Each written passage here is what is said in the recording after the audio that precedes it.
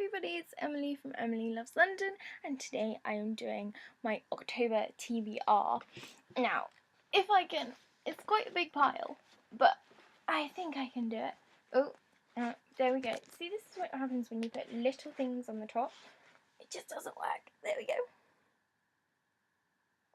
Okay, so first on the pile, that's the thumbnailing done, is Grief is the Thing with Feathers, and this is by Max Porter, and it's in sort of my literary reading of the month, if you know what I mean, like the really literary things that I never read because I always go to my sci-fi and fantasy and YA section because that's where I like to go, but I'm trying to read more out of my comfort zone, so yes, I'm trying this, and it's short because I've got lots of other things to read this month, so I was like, if I have a short one, I can do that. That's quite easy.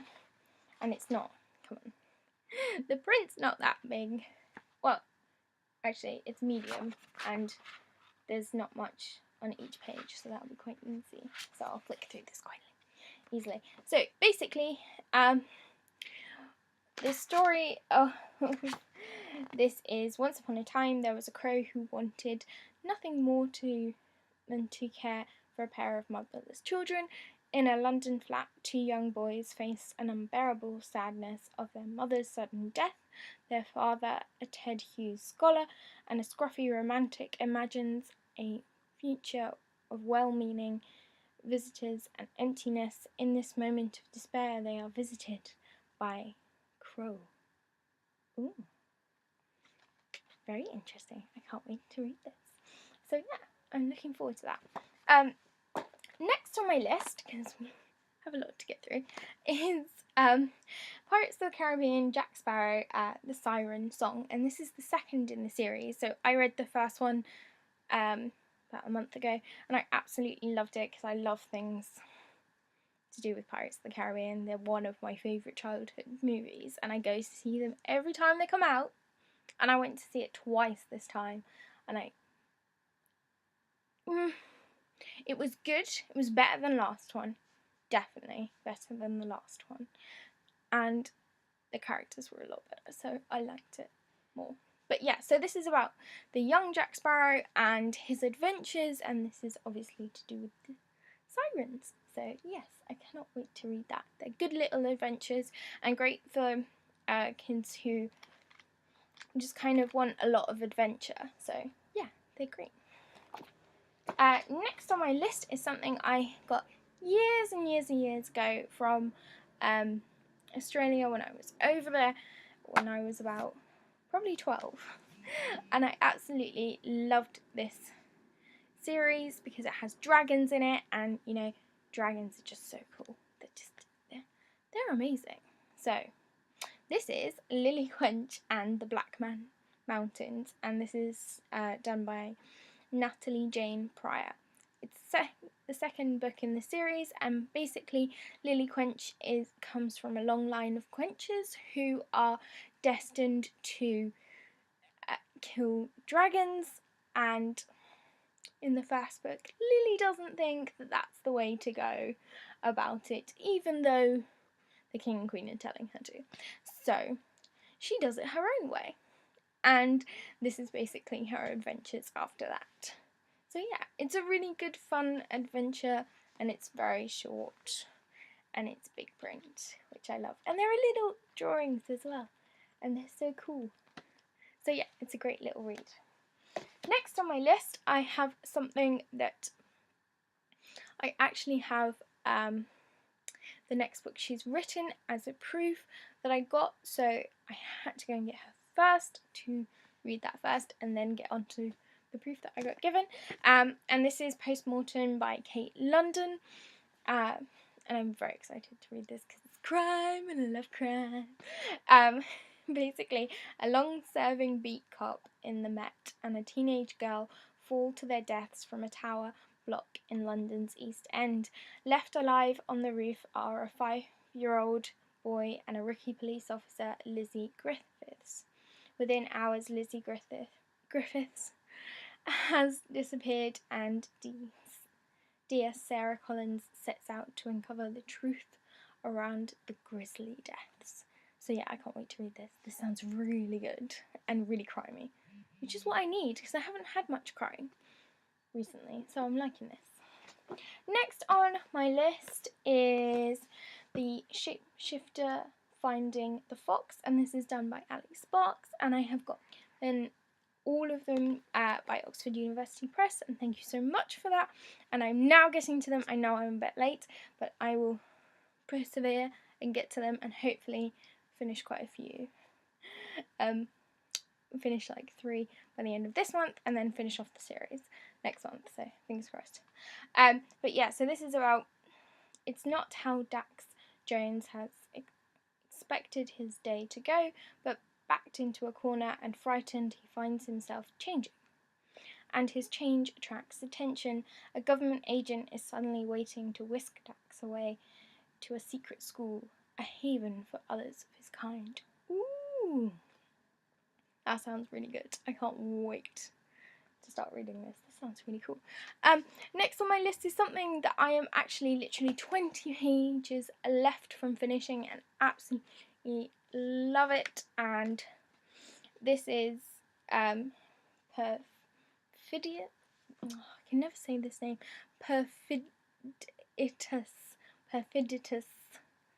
These Roman names, they're just really difficult to pronounce.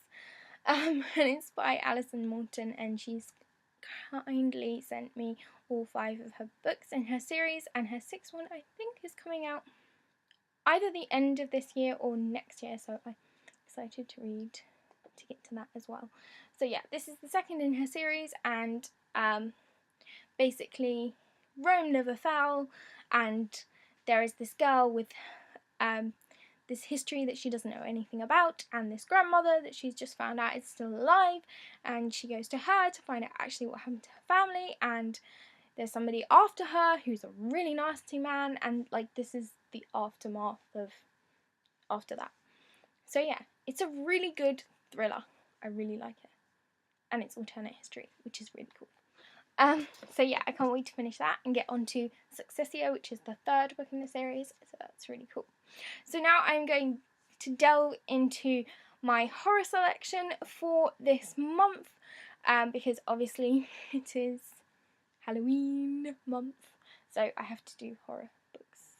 It's just a necessity, really. So the first thing I've got here is something I found whilst I was in Australia, going through this massive, huge secondhand bookshelf, which is down in Newtown in Sydney, and it's amazing. It's like the biggest, it's like a warehouse of secondhand books. It's so amazing.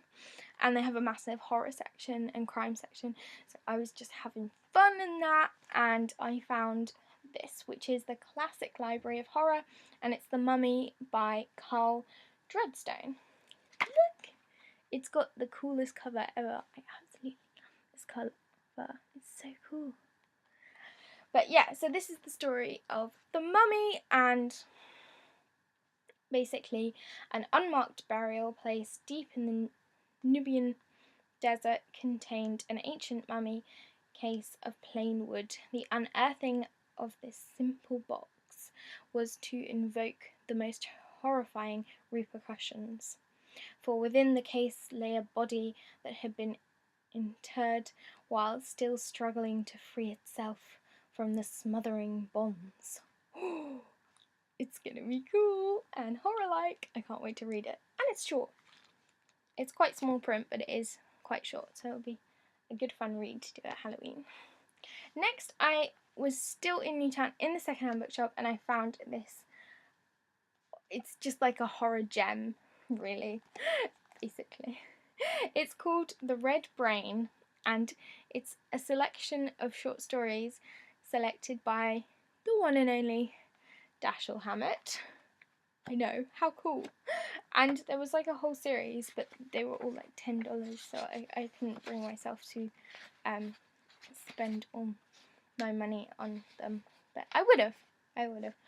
So they include stories from people like John Colliher, Robert Dean Frisby, I'm probably saying his name wrong, think I am. Peter Fleming, Peter MacDonald, L.A.G. Strong, S.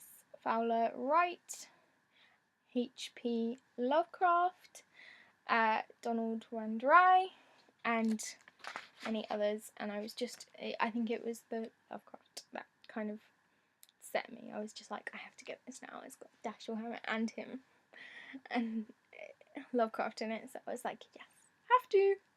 So yes, I cannot wait to read this.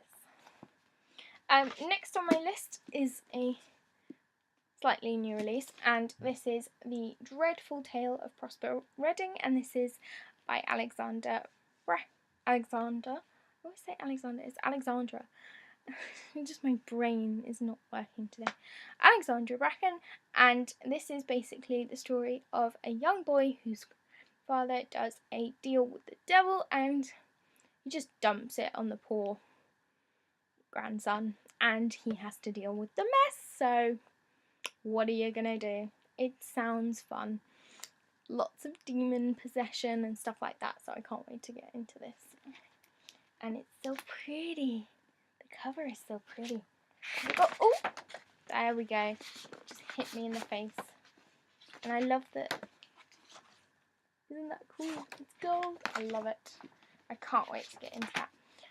Next on my list is something called The Crow Garden, and it's by Alison Littlewood, and I'm actually going to see her at an event at the end of the month, so I am reading this in preparation.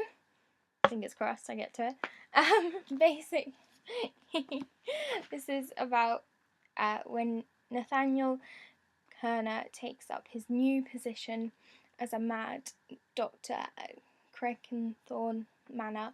The proprietor, more interested in phrenology and his growing collection of skulls, interesting, than his patient's minds, hands over the care of his most interesting case. Ooh, I like the sound of this. And pretty cover again. The pretty covers are just amazing this one. They really are. Next on my list is Nightmares, and this is by Jason Segel and Kirsten Miller. And this, I loved the cover. And actually, Jesse the Reader was talking about it on one of his videos, so I was like, oh, I best check that out. That sounds really cool. And it's a middle grade novel, so that's quite cool as well to have it in the horror section. Basically, it is about Charlie Laird has always been fascinated by the sinister purple mansion that overlooks Cypress Creek. Now he is moving in there with his dad, little brother, and new wicked stepmother, who may or may not be a witch. Ooh. I like the sound of that. I like the sound of that. Next is something I read I tried to read a few of these stories pretty much every October, and this is something I found years ago. It was while me and my mother went to Oxford one time, and we just scoured the secondhand bookshops, and this is something I picked up, and it's called The Best Horror Stories, and it's edited by John Kier Cross. And I really love these stories, and things from Edgar Allan Poe, Angus Wilson, Arthur Conan Doyle, Rudyard Kipling, Graham Greene. It's all the sort of classic, like Robert Louis Stevenson. It's a great collection, and I love reading at least one every October, so maybe I'll get to all of them. You never know. Next is something I also read every October because I love this story. It's really good. It's fantastic. It's Let the Right One In, and it's by Jean Ajvide Lindqvist. I think I got that right. It's a bit difficult. It's actually now been turned into 2 films. It's got a Swedish version and an American version, which is quite cool. They're both really, I like both of them. They're actually both really different, and show a different side of the story each. So that's really cool. And it's basically, the story is that this vampire and her sort of carer move in next door to this boy, and he finds out what she is, and basically he wants to protect her, and things start going a bit crazy. But yeah, it's a really great horror story, and I absolutely love it. And yeah, it'll keep you on your toes. Last but not least, nearly there guys, is The House of Furies by Madeleine Roux. And this is the first thing I'm reading of hers, but she is generally in this genre, and I've heard that her series that starts with the book called Asylum is very, very good, and I heard this was coming out and I really liked the sound of this, so I thought I'll read this first and then I'll go into the series, because I have so many series to finish off at the moment. I feel like this is better to start with than another series. But yeah, so I can't wait to read this. And this is about Louisa Ditton is alone and afraid, having fled a harsh school where punishment was the lesson of the day. She is thrilled when she meets an old woman who offers her employment as a maid at a boarding house. But soon after her arrival at Cold Thistle House, Louisa begins to realise that the house's mysterious owner, Mr. Morningside, is providing much more than lodgings for his guests. Ooh, this sounds really good. I like the sound of this. It's quite fat, but I'm hoping I'll get through it because it's not that small a print. But yes, I cannot wait to read that. That should be really good. So that is everything I'm going to attempt to read in October. Let me know what you guys are reading in October, and if you are reading any horror or scary or sort of sci-fi, because that kind of comes under Halloween a bit, books. And I hope you enjoyed this video guys. Give it a thumbs up if you liked it, and if you are new to my channel you can click the subscribe button below to see more of me. I hope you have a fantastic day. It's getting rather dark in here, so I should stop videoing soon. But have a fantastic day, and I'll see you guys soon for a new video. Bye!